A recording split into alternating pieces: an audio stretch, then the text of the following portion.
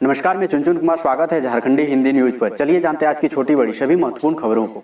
हेमंत सोरेन ने कहा, गृह मंत्री ने झारखंड के विकास में पूरा सहयोग का दिया भरोसा। झारखंड के मुख्यमंत्री हेमंत सोरेन को दिल्ली में केंद्रीय गृह मंत्री अमित शाह ने झारखंड सरकार को बेहतर प्रदर्शन करने में केंद्र सरकार का पूरा सहयोग देने का आश्वासन दिया है। सीएम सोरेन ने यह बात मंगलवार को एक टीवी चैनलों पर इंटरव्यू के दौरान कही। सीएम सोरेन ने कहा कि केंद्र और राज्य के बीच बेहतर कार्य प्रणाली मजबूत बनी रहे, इस पर उनका विशेष ध्यान रहता है। गैर भाजपा शासित राज्यों के साथ केंद्र सरकार के पक्षपात के सवाल पर उन्होंने कहा कि मौजूदा आर्थिक स्थिति में राज्यों की केंद्र से उम्मीदें अधिक है, उम्मीद से कम मिलता है तो स्वाभाविक रूप से सौतेला व्यवहार महसूस होता है।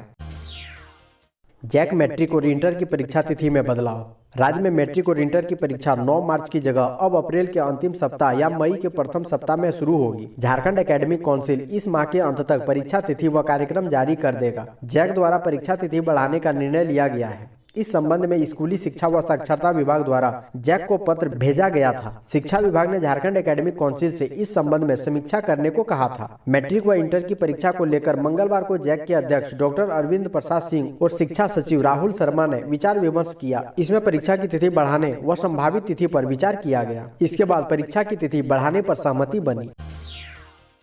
फर्जी डिग्री मामले में सांसद निशिकांत दुबे को राहत, कार्रवाई पर फिलहाल रोक। झारखंड के गोड्डा से सांसद निशिकांत दुबे को एमबीए की फर्जी डिग्री मामले में हाईकोर्ट से बड़ी राहत मिली है। हाईकोर्ट ने उनके खिलाफ फिलहाल किसी प्रकार की पीड़क कार्रवाई पर रोक लगा दी है। उनके खिलाफ कोई पीड़क कार्रवाई न करने के आदेश दिया है। कोर्ट ने डिग्री को फर्जी बताने वाले को नोटिस जारी कर यह बताने को कहा है कि किस आधार पर डिग्री को फर्जी बताया गया है। बता दें कि गोड्डा सांसद निशिकांत दुबे के खिलाफ देवघर के बम्पास टाउन निवासी विष्णुकांत झा ने थाने में शिकायत की थी कि एमबीए के साथ उनकी अन्य डिग्रियां भी फर्जी हो सकती है, जिसकी जांच किए जाने की आवश्यकता है। रांची के डीपीआरओ प्रभात शंकर बने झारखंड एथलेटिक्स संघ के एसोसिएट उपाध्यक्ष। रांची के डीपीआरओ प्रभात शंकर को झारखंड एथलेटिक्स संघ का एसोसिएट उपाध्यक्ष बनाया गया है। मंगलवार को इसकी घोषणा की गई। झारखंड एथलेटिक्स संघ के अध्यक्ष सह भारतीय एथलेटिक्स संघ के कोषाध्यक्ष मधुकांत पाठक ने बताया कि लगातार खेलों में योगदान के लिए उन्हें यह पद दिया गया है। प्रभात शंकर लगभग 5 वर्षों तक रांची व दुमका के जिला खेल पदाधिकारी भी रहे हैं। मधुकांत पाठक ने बताया कि इस दौरान उन्होंने खेल को, खासकर एथलेटिक्स को बढ़ावा के लिए अपने स्तर पर कई प्रयास किए हैं। 31 साल से नहीं हुई गढ़वा में ग्रुप डी की बहाली, बेरोजगारों की संख्या बढ़ी। एक तरफ जहां गढ़वा जिले में बेरोजगारों की फौज खड़ी है, वहीं दूसरी तरफ सरकारी विभाग में बड़े पैमाने पर कर्मियों के पद खाली पड़े हैं। गढ़वा जिले में बड़े पैमाने पर अनुसेवक के पद खाली पड़े हुए हैं। गढ़वा को जिला बने 31 साल हो गए हैं, लेकिन इन सालों के दौरान एक बार भी यहां किसी भी विभाग ने ग्रुप डी की बहाली नहीं ली है। हालांकि अनुबंध के तौर पर अन्य कर्मी, जिसमें कंप्यूटर ऑपरेटर, सहायक, जूनियर इंजीनियर, रोजगार सेवक आदि की बहाली अनुबंध पर हुई है। कुछ कर्मी आउटसोर्सिंग से भी बहाल होकर काम कर रहे हैं, लेकिन अनुसेवक के पद पर अनुबंध या आउटसोर्सिंग से भी बहाली नहीं की गई है। सैफ अली खान की वेब सीरीज तांडव के पूरे कास्ट के खिलाफ भाजयुमो ने रांची में दर्ज कराई शिकायत। सैफ अली खान की वेब सीरीज तांडव का झारखंड में चौतरफा विरोध शुरू हो गया है। पहले धर्मगुरु दिव्यानंद की आपत्तिजनक सीन को हटाने की धमकी के बाद अब भारतीय जनता युवा मोर्चा ने रांची के अरगोड़ा थाने में तांडव के पूरे कास्ट के खिलाफ शिकायत दर्ज कराई है। रांची के अरगोड़ा थाने में भारतीय जनता युवा मोर्चा के प्रदेश उपाध्यक्ष सूर्य प्रताप ने वेब सीरीज के खिलाफ में मामला दर्ज कराने को लेकर आवेदन दिया। इस मौके पर प्रदेश बीजेपी के मीडिया सह प्रभारी संजय जायसवाल समेत अन्य नेता कार्यकर्ता उपस्थित रहे। कोचिंग संचालकों की गुहार, रहम करो सरकार। झारखंड में 10,000 शिक्षकों को परिवार चलाना मुश्किल। झारखंड में कोविड-19 के कारण अभी तक सभी कोचिंग सेंटर बंद हैं। इस कारण इससे जुड़े 10,000 शिक्षकों के समक्ष रोजी रोजगार का संकट उत्पन्न हो गया है। यहाँ तक कि इन सेंटरों के संचालकों को भाड़ा देने में परेशानी हो रही है। जीवन यापन की समस्या उत्पन्न हो गई है। साथ ही अनेक प्रकार की अन्य परेशानियों का सामना करना पड़ रहा है। इस संबंध में कोचिंग संचालक राज्यपाल, मुख्यमंत्री, स्वास्थ्य सह आपदा प्रबंधन मंत्री, उपायुक्त से भी गुहार लगा चुके हैं। बकाया भुगतान के लिए झारखंड ऊर्जा विकास निगम के कर्मी 5 फरवरी से हड़ताल पर जाएंगे। झारखंड ऊर्जा विकास निगम के सभी एरिया बोर्ड और ट्रांसमिशन जोन में बकाया वेतनमान और एरियर सहित अपनी विभिन्न मांगों को लेकर आंदोलन का रुख अख्तियार कर लिया है। मंगलवार को झारखंड ऊर्जा विकास श्रमिक संघ के अध्यक्ष अजय राज हजारीबाग पहुंचे और श्रमिक संघ के साथ बैठक की। बैठक में उपस्थित सदस्यों ने आगामी 5 फरवरी से अनिश्चितकालीन हड़ताल पर जाने की घोषणा का निर्णय लिया है। झारखंड में आ गया इंडियन ऑयल का 160 रुपए प्रति लीटर वाला पेट्रोल।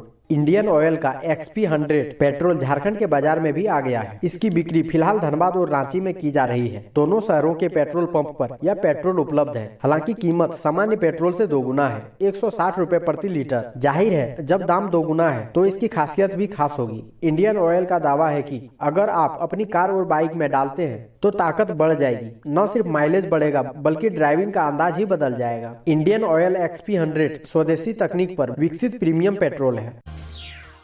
अब फरवरी तक जमा करा सकते हैं लाइफ सर्टिफिकेट। झारखंड में पेंशनधारियों को राहत। झारखंड के पेंशनधारी अब 28 फरवरी तक अपना लाइफ सर्टिफिकेट बैंक में जमा करा सकते हैं। अभी तक जिन्होंने अपना सर्टिफिकेट नहीं जमा कराया है उनकी जनवरी का पेंशन नहीं रुकेगा। इस संबंध में वित्त विभाग की ओर से सभी बैंकों को निर्देश भेज दिया गया है। नियम के मुताबिक पेंशनधारियों को हर वर्ष नवम्बर में बैंकों में अपना लाइफ सर्टिफिकेट जमा करना होता है। कोरोना के कारण केंद्र सरकार ने 31 दिसंबर तक का समय दिया था। इसके बाद भी राज्य में बड़ी संख्या में पेंशनधारी अपना सर्टिफिकेट जमा नहीं करा पाए हैं। इसी के मद्देनजर सरकार की तरफ से यह निर्णय लिया गया है।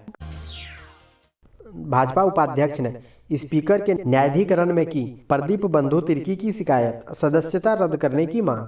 दल बदल मामले में भाजपा व सत्ता पक्ष के बीच कानूनी लड़ाई की पेंच उलझ रही है। भाजपा ने मंगलवार को विधानसभा अध्यक्ष रविंद्रनाथ महतो के न्यायाधिकरण में झाविमो छोड़कर कांग्रेस में शामिल होने वाले विधायक प्रदीप यादव व बंधु तिर्की के खिलाफ दल बदल को लेकर याचिका दायर की है। भाजपा के प्रदेश उपाध्यक्ष विनोद शर्मा ने दोनों विधायकों के खिलाफ 10वीं अनुसूची के तहत सदस्यता रद्द करने को लेकर स्पीकर को आवेदन दिया है। स्पीकर से आग्रह किया है कि श्री यादव व बंधु तिर्की ने 10वीं अनुसूची का उल्लंघन किया है और यह दल बदल के दायरे में आता है। इस कारण उनकी सदस्यता तत्काल प्रभाव से समाप्त की जाए।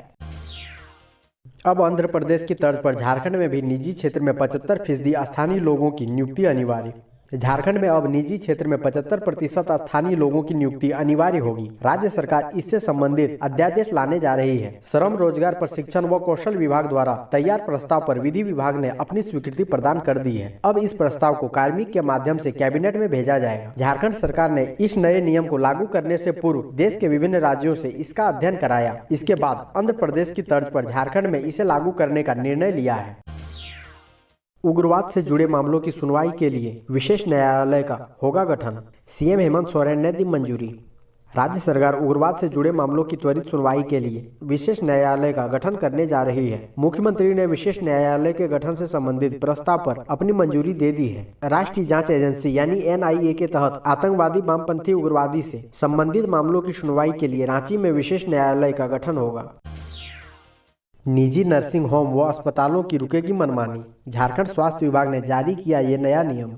स्वास्थ्य विभाग ने राज्य के सभी निजी नर्सिंग होम, अस्पताल और डायग्नोस्टिक सेंटर को 30 जनवरी तक क्लिनिकल इस्टेब्लिशमेंट एक्ट के तहत निबंधन कराने का निर्देश दिया है। स्वास्थ्य विभाग के प्रधान सचिव डॉक्टर नितिन मदन कुलकर्णी ने आदेश जारी कर कहा है कि बिना निबंधन के कोई भी व्यक्ति या संस्थान किसी भी प्रकार के क्लिनिक, नर्सिंग होम और अस्पताल आदि का संचालन नहीं कर सकता है। अगर ऐसा किया जाता है तो इसके लिए क्लिनिकल इस्टेब्लिशमेंट एक्ट में आर्थिक दंड का प्रावधान किया गया है।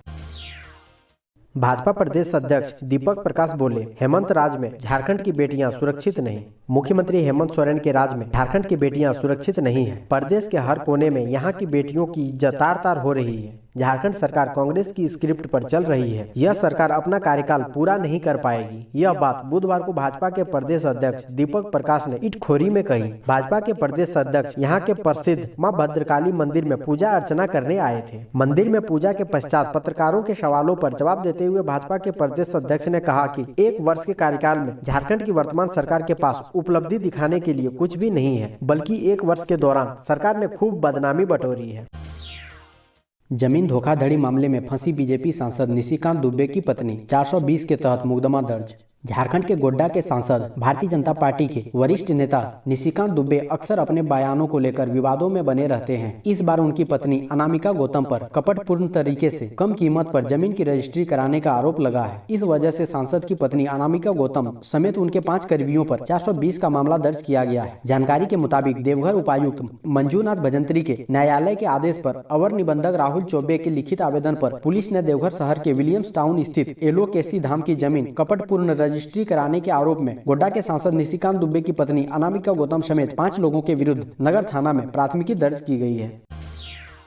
झारखंड के वित्त मंत्री डॉक्टर रामेश्वर उरांव की जनता दरबार, सैकड़ों फरियादियों ने सुनाई अपनी समस्या। झारखंड के वित्त मंत्री डॉक्टर रामेश्वर उरांव ने लोहरदगा के बरवा टोली स्थित कार्यालय में जनता दरबार लगाकर जन समस्याएं सुनी। जनता दरबार में सैकड़ों फरियादियों ने अपनी फरियाद सुनाई। इस संबंध में संबंधित पदाधिकारियों को अविलंब उसके समाधान के निर्देश दिए गए। वित्त मंत्री के जनता दरबार में ग्रामीणों ने अपनी अपनी समस्याओं संबंधी लिखित आवेदन दिए। वहीं उनमें सर्वाधिक अंचल से संबंधित शिकायतें आई, जिसे सुधारने के निर्देश दिए गए। मंत्री ने कहा कि जनता दरबार में हर कोई अपनी समस्या बेझिझक होकर रखें। प्राथमिकता के आधार पर उसका समाधान करने की दिशा में पहल की जाएगी।